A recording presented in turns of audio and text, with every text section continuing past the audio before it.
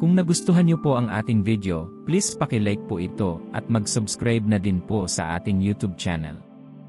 Maraming salamat po sa inyong suporta.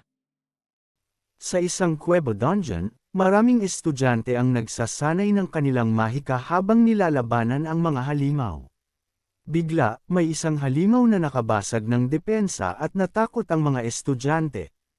Gayunpaman, bago pa may masaktan, natalo ang halimaw ng isang gintong liwanag na atake na nagmula kay Yoshi, na siyang namahala sa pagsasanay ngayong araw. Sinabihan niya ang mga estudyante na huwag wasakin ang kanilang pormasayon, dahil sa kanyang kahangahangang kakayahan, maraming humanga sa kanya at binanggit pa na siya ay personal na pinili ng punong guro. May ilan na nagtataka kung paano makakasama sa kanyang koponan.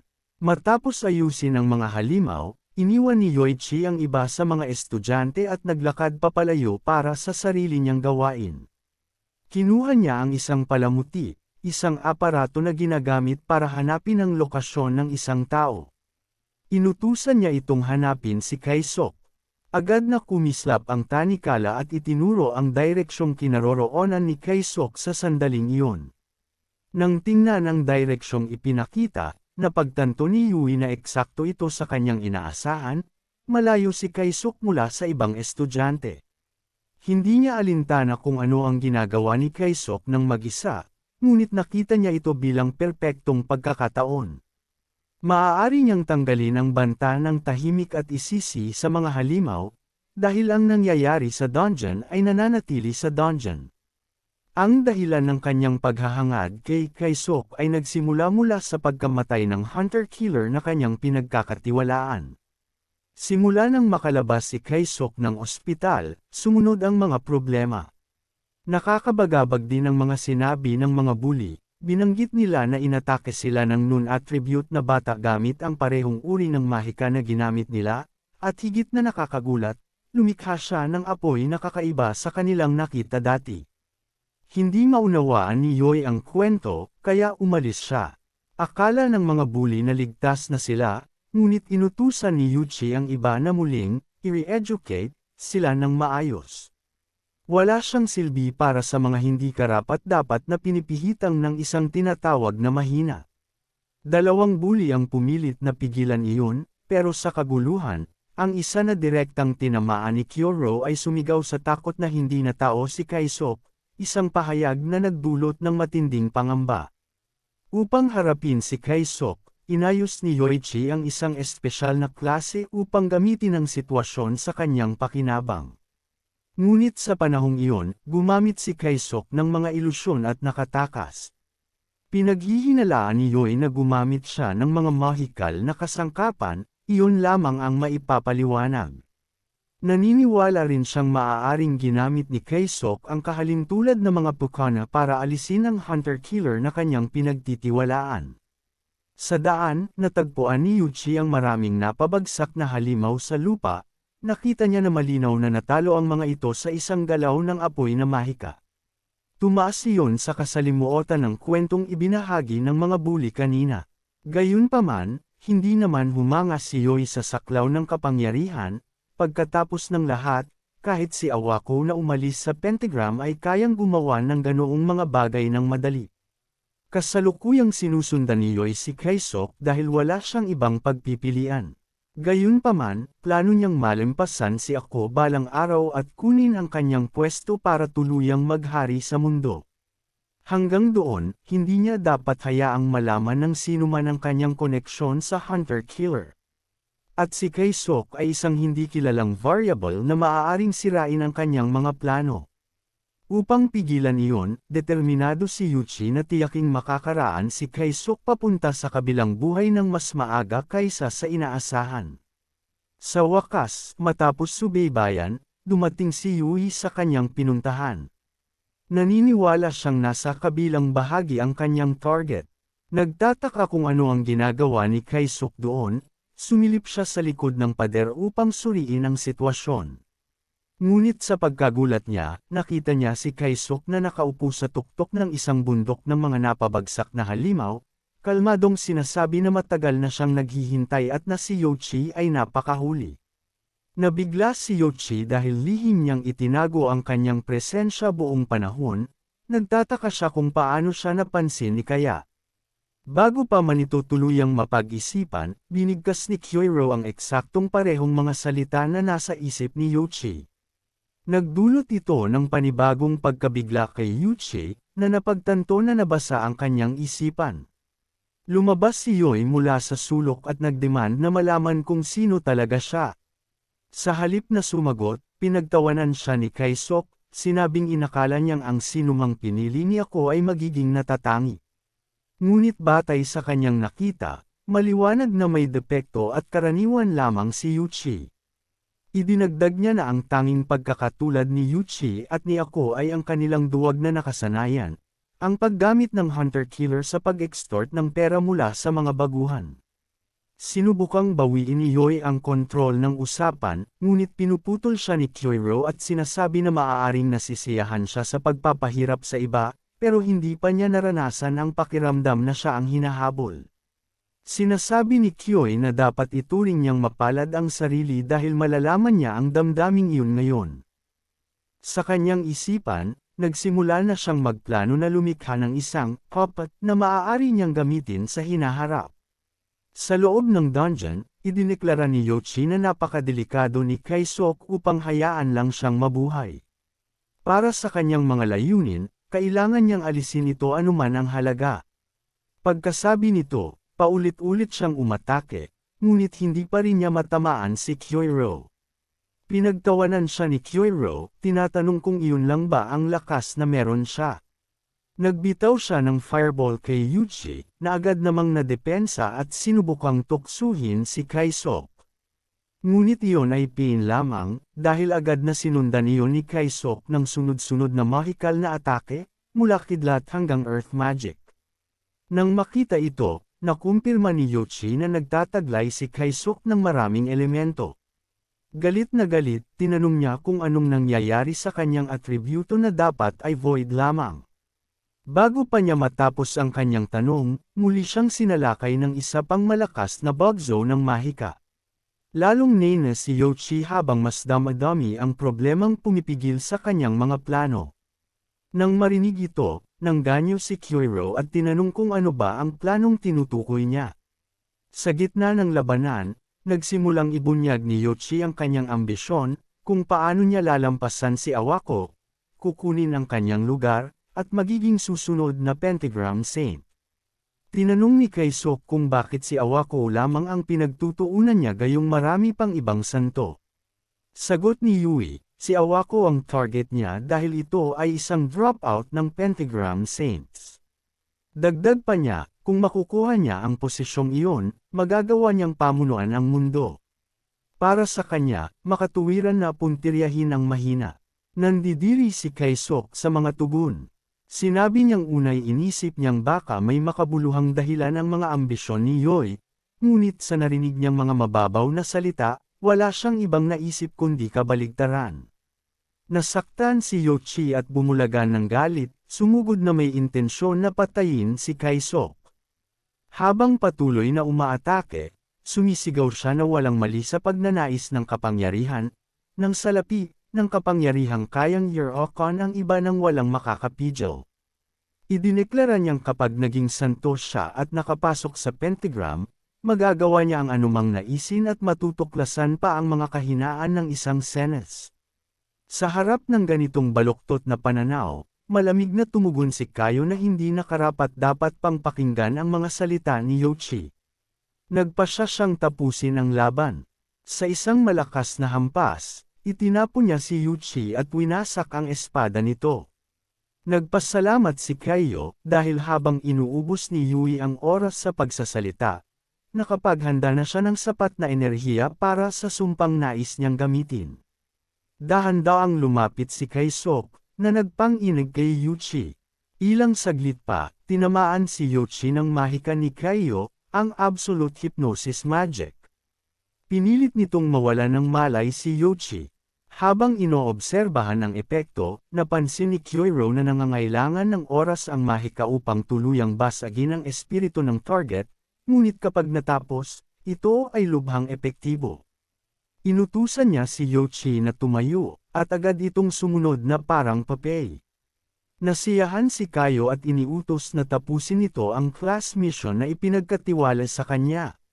Sumagot si Yuichi na para bang kontrolado. Upang mas mapaunlad pa ang sumpa, iniutos ni Kayo na magsalita ito sa normal nitong tono. Agad bumalik sa normal ang kilos at pananalita ni Yuichi, at nagmadaling bumalik sa grupo. Mas higit pa sa inaasahan ang naging resulta, dahilan upang mapangiti si Kyoiro. Pagbalik ni Kyoiro sa grupo, sinalubong siya ni Karen na nag-aalala at nagtanong kung ayos lang siya. Sinabi niya na may nakausap lang. Siyang nakatatandang estudyante, wala nang iba. Nagulat si Karen sa kakaibang kombinasyon, kaya't nagtanong kung ano ang pinag-usapan nila. Mabilis na binago ni Kayo ang paksa. Sinasabing nag-usap sila tungkol sa kung paano matutupad ang mga pangarap, at nakatanggap siya ng magandang payo. Nang makita siyang masaya, same time na sinabi ni Karen na sana matupad ang kanyang mga pangarap. Ilang saglit pa, natapos ang klase at nagsimulang mag-uwian ang lahat. Kontento si Kayo, nakagawa siya ng malaking progreso at nakakuha ng isang kapaki-pakinabang na tauhan, isang kasangkapang hindi kailanman madaling pagbibintangan ni Awako. Sa opisina ni Awako, tinanong niya si Yuichi kung may progreso na ba tungkol sa bagay na nabanggit nito noong nakaraan. Sa kanyang gulat, iniulat ni Yuichi na mayroon nga at na ang estudyanteng may natatanging atribyuto ang sangkot sa gulong iyon.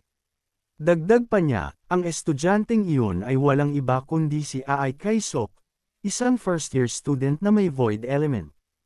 Inilahad din niya na nahuli na niya ito, at matapos ang interogasyon, nalaman niyang kaya nitong talunin ang mga novice hunters dahil sa pagkakaroon ng multi-attribute magic. Ang salitang multi-attribute magic agad na umagaw ng pansin ni Awako. Nang humingi siya ng higit pang detalye, lihim nang umiti si Yuichi dahil alam niyang kumagat ang kanyang pain. Ipinaliwanag ni Yoi na hindi pa malinaw ang lahat. Ngunit kung bibigyan siya ng sapat na panahon, kakayanin niyang makuha ang mas maraming impormasyon. Pagkatapos ay nagbigay siya ng isa pang pin, iminumungkahi na dahil matagal na rin, bakit hindi subukan mismo ni Awako na siya ang mag-interrogate. Pag-iisip nito, inamin ni Awako na matagal na nga mula nang huli siyang magsagawa ng interogasyon at nakaramdam siyang sabik. Binalak niyang gantihan si Kaisok sa lahat ng kaguluhang idinulot nito. Papunta na sana siya kay Yuichi ngunit biglang nakatanggap ng tawag. Pinakiusapan niya si Yuichi na mauna na, at nangakong susunod siya. Nang sagutin niya ang tawag, isang babae ang nagpasalamat sa kanya dahil pinili sila para sa bid. Ngunit malamig ang mukha ni Awako at sinabihan niya itong tigilan ang palabas. Ang tumawag ay si Lele Ruashi, dating miyembro ng Golden Seekers na nagtaksil kay Kayo mahigit 2 dekada na ang nakalipas. Tinukso ni Lele si Awako, tinatanong kung bakit siya tila lumalayo gayong magkasosyo naman sila at parehong binabayaran ng gobyerno. Inutusan siya ni Awako na putulin na ang tawag dahil abala siya. Ngunit kinutya siya ni Lele, tinanong kung anong klaseng, apuratong, bagay ang maaari niyang gawin gayong palagi lamang itong kumikita habang nagpapatakbo ng paaralan. Nais sanang sumagot ni Awako ngunit nagpasya na lang na sabihing may iniimbestigahan siyang estudyante na may void element. Nang marinig ito, natawa si Lele at tinanong kung ano naman ang magagawa ng isang loser na may ganoong atribyuto. Sa isang banda, sumang-ayon si Awako ngunit itinuro niyang ang mga natatanging atribyuto ay palaging nagdadala ng hindi inaasahang mga pagbabago. Tinanong ni Lele kung tinutukoy ba niya ang katulad ng time attribute na minsang taglay ni Kyoiro. Ang pagbanggit ng pangalang iyon ay labis na nagpagalit kay Awako. Mariin niyang sinabi na huwag nang banggitin kailanman si Kayo dahil labis niya itong kinasusuklaman. Tila naaliw si Lele sa kanyang pagkadismaya. Gayunpaman, sumang-ayon siya na noong nagising si Kayo, lubos na nagbago ang balanse ng kapangyarihan. Pagkatapos ay sinabi niyang dahil abala si Awako, makikipag-ugnayan na lang siya ulit sa ibang oras. Galit na ibinagsak ni Awako ang telepono at isinumpa ang tusong kalikasan ni Lele Ruashe. Ang pagbanggit sa pangalan ni Kayo ay lubos na sumira ng kanyang mood, kaya nagpasya siyang ibuhos ang kanyang galit sa estudyanteng bihag. Kinagabihan, nagtungo siya sa dati niyang lugar. Sa wakas, marahas niyang binuksan ang pinto, galit na inihayag ang kanyang pagdating. Ngunit sa kanyang pagkagulat, walang tao sa loob. Biglang umatake si Yuchi mula sa likuran, ngunit agad itong nablock ni Awako. May ngiti sa labi, sinabi ni Awako na tila siya ay minamaliit. Ipinaliwanag niya kay Yuchi na maaaring masyado itong nagkaroon ng kumpiyansa matapos makatanggap ng papuri, ngunit malayo pa ito sa kakayahang talunin siya gamit lamang ang mumunting pakana. Pagkasabi nito, nagpaikot siya ng gintong mga tanikala na agad pumulupot kay Yuchi at naglubad sa kanya. Sinipa niya ito at sinimulang bugbugin, sinasabing nagkamali si Yuchi sa kanyang pinili at na ang kanyang hanggal na pagnanasa ang magiging dahilan ng kanyang kamatayan. Ngunit bago niya maibigay ang huling hampas, isang tinig ang umalangaw-ngaw mula sa likod, hindi ka pa rin nagbago. Isa ka pa ring malaking tanga. Nangilabot si Awako at agad na laming-linga, mariing tinanong kung sino ang naroon. Lumabas si Kaisok at idinagdag na si Awako ay palaging yumuyuko sa mga malalakas at pinagsasamantalahan ang mga mahihina. Siya pa rin ang parehong sakam na tao kahit lumipas na ang maraming taon. Galit na tinanong ni Awako kung paano naglalakas loob ang isang hamak na estudyante na magsalita ng ganoon sa kanya. Ngunit binalik ni Kaisok ang mga salitang sinabi kanina ni Awako tungkol sa pagkawasak dahil sa hanggal na pagnanasa, at sinabi na mas perpekto itong naglalarawan kay Awako mismo. Nagngit-ngit, tinakot ni Awako ang estudyanteng nasa harapan niya, sabay banta na agad niya itong patatalsikin at humingi ng ID nito. Ngunit ngumiti si Kyoiro at sinabing sa wakas ay umabot na siya sa puntong ito ng laro, at ngayon, balak niyang pag-ukulan ng oras ang isang misensinang pag-uusap.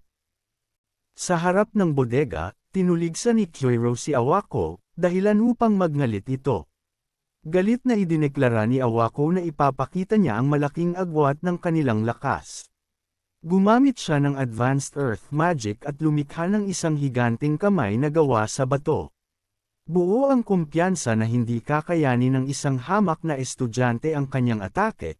Inilunsad niya ito na may intensyon na patayin si Kyoiro. Bumagsak ang kamay at tumama sa kanyang target. Sa sobrang tiwala sa sarili, natawa si Awako, ipinahayag na ito ang kanyang perpektong tagumpay at ganito ang nangyayari sa mga taong nangangahas na sumuway sa kanya.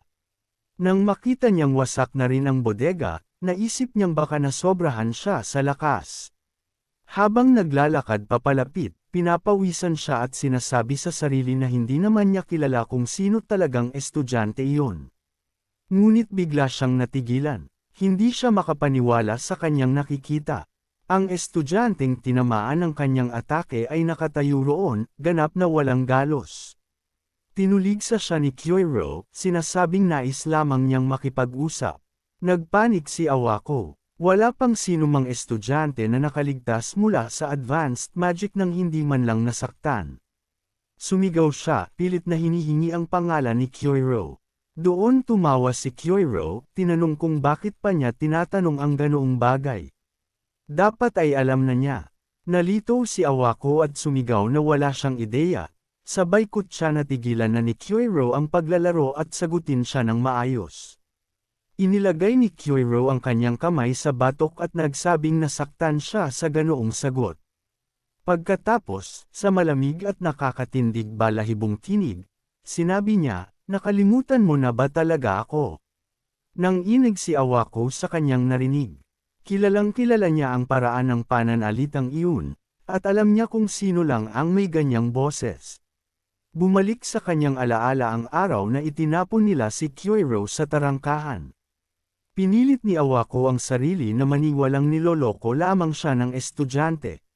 Sumigaw siya na ang taong tinutukoy nito, si Ms. Ado Kyoiro, ay patay na at alam iyon ng lahat. Kasabay ng kanyang sigaw, nagpalipad siya ng mas maraming sumpa laban kay Kayo. Ngunit sa pagtingin sa kanyang nakakaawang kilos, napabuntong hininga si Kyoiro, tinatanong kung gaano nakatagal namuhay si Awako sa paniniwalang maginhawa lamang sa kanya, habang pinipikit ang mga bagay na hindi niya gustong makita. Binalaan siya ni Awako na huwag nang lumapit pa, kung hindi pakakawalan niya ang kanyang mahika. Sa isang iglap, naunawaan ni Kyoiro na si Awako ay nadaya ng matatamis na salita ng mga nasa paligid niya noon, at iyon ang mismong dahilan kung bakit siya ipinagkanulo 2 dekada na ang nakalipas. Ayaw pa ring tanggapin ni Awako ang katotohanan, kaya naglunsad siya ng panibagong atake. Ngunit sa pagkakataong ito, winasak ni Kyoiro ang kanyang sumpa gamit ang eksaktong parehong mahika na minsang ginamit niya sa kanyang huling misyon bilang si Miss Ado Kyoiro upang talunin ang halimaw ng salot. Dahil sa matinding takot, bumagsak si Awako sa lupa at nanginig. Nauutol niyang sinabi na sigurado siyang natrap nila si Kyoiro sa dungeon noong araw na iyon. Sagot ni Kaisok, oo, natrap siya. Tinapon sa kailaliman ng pagdurusa at pighati. Sa panghihina, sa wakas ay inamin ni Awako na siya nga ang tunay na Miss Ado Kyoiro. Malamig na tugon ni Kyoiro, ang tagal mo namang napagtanto.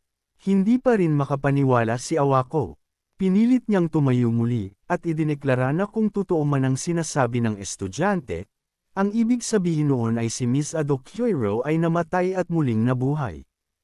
Idineklara ni Awako na hindi siya ganoong kaangal para maniwala sa ganitong kalokohan. Habang naghahanda ng panibagong atake, sinabi niya na ang isang multo ay dapat manatiling tahimik. Kasabay nito, nagpakawala siya ng sunod-sunod na wind attribute attacks na sinundan ng earth magic. Ngunit wala ni isa ang tumama, lahat ay naiiwasan. Habang tumitindi ang kaba, desperadong nag-isip siya ng paraan upang makuha ang upper hand. Noon pa man ay tinutokso siyang isang support character lamang, pero hindi kailanman nangangahulugan na mahina siya. Upang baligtarin ang sitwasyon, naghanda siya ng isang atakeng pinagpraktisan niya sa loob ng 2 dekada. Sa sabayang paggamit ng 2 mahika, nilikha niya ang isang napakalaking buhawi na pawn ng mga bato. Itinapon ito kay Kyoiro, at ipinahayag na iyon ang pinakamalakas na atake na nagamit niya kailanman. Nang hindi agad tinapatan ng kanyang mahika, natawa si Awako. Buo ang paniwala na nagtagumpay na siya mismo ang nakapatay sa dakilang Miss Ado Kyoiro. Iniling-iling niya ang ulo, bulong sa sarili na kung inisip ni Kyoiro na siya'y ganoon pa ring mahina, nagkamali ito. Sa 20 taon, lumakas na siya. Anumang kapangyarihan ng taglay ni Kayo noon sa kanyang time ability, iyon ay nakaraan na. Mapagmataas, ipinagyabang niyang nagbago na siya, at mula ngayon, wala ng pentagram saint ang mangungutya sa kanya. Pinaniwala niya ang sarili na siya na ang pinakamalakas sa kanilang lahat. Ngunit biglang naputol ang kanyang ilusyon nang marinig ang malamig na tinig ni Kyoiro, tapos ka na ba sa kasasabi? Nabigla si Awako at nanlaki ang mga mata nang makita si Kyoiro, nakatayo roon, ganap na hindi nasaktan. Pinuri siya ni Kayo, sinabing kahanga-hanga ang lakas ng kanyang offensive magic, higit sa karaniwan. Idinagdag niyang karapat-dapat nga ito para sa isang bayani ng kanilang panahon. Ngunit idineklara rin niyang mula rito, hindi na siya magpipigil sa kanyang paghihiganti. Damang-dama ang bigat ng kapangyarihang nagmumula kay Kyoiro, kusang naunawaan ni Awako na kaharap niya ang isang halimaw na hindi niya kayang hawakan. Ngunit sa kabila nito, tumangging umatras si Awako. Naglunsad siya ng isa pang earth attack na tila tumama, ngunit agad itong pinigilan ni Kyoiro gamit ang sarili niyang kapangyarihan. Malamig na sinabi ni Kyoiro na kung iniisip ni Awako na mananalo siya gamit ang ganoong kahihinang atake, nananaginip lang siya. Takot na takot, sinubukang pigilan ni Awako ang kanyang paglapit, ngunit lahat ng kanyang mahika ay madaling winuwasak ni Kyoiro gamit ang parehong mga elemento, ngunit mas pinong pamamaraan. Sa huli, napatalsik si Awako at bumagsak. Ngayon, nakatayo na si Kyoiro mismo sa kanyang harapan, isa sa mga pinupuntirya ng kanyang paghihiganti, nakahanda ang kamao, nagliliyab sa kapangyarihan.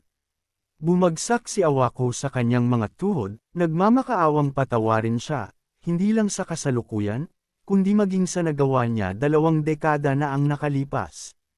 Napailing si Kayo sa nerbiyos na tawa ni Awako, malinaw na umaasa itong malambot pa rin ang kanyang puso at kaya siyang patawarin. Ngunit, sa kanyang pagkagulat, tinanggihan nito ni Kyoiro. Sa galit, sinabi ni Kayo na iyon mismo ang dahilan kung bakit siya itinapon noon sa dungeon. Idinagdag niyang hindi na siya tanga upang muli pang hayaang mangyari ang ganoong pagtataksil. Sa kawalan ng pag-asa, sinubukan ni Awako na tumakbo, sumisigaw na sila ay minsang naging magkapatid. Ngunit umalangaw-ngaw ang dagandong ng tinig ni Kyoiro, wala na siyang karapatan pang sabihin iyon. Hindi matapos na ginawa siyang isang halimaw na nabubuhay para sa paghihiganti. Sa isang napakalakas na suntok, tinamaan niya ang mukha ni Awako, sinundan ng sunod-sunod na bagbog na halos nagpawalan ng ulirat nito. Sa huling sandali ng kanyang kamalayan, naisip ni Awako na hindi na sana siya nakialam kay Kyoiro. At sa huli, ibinigay ni Kyoiro ang isa pang matinding hampas, tuluyang pinatumba si Awako. Hindi niya ito pinatay, dahil may pakinabang pa ito at may mga kasagutang nais niyang makuha. Para sa ngayon, maghihintay muna siya hanggang sa magising si Awako.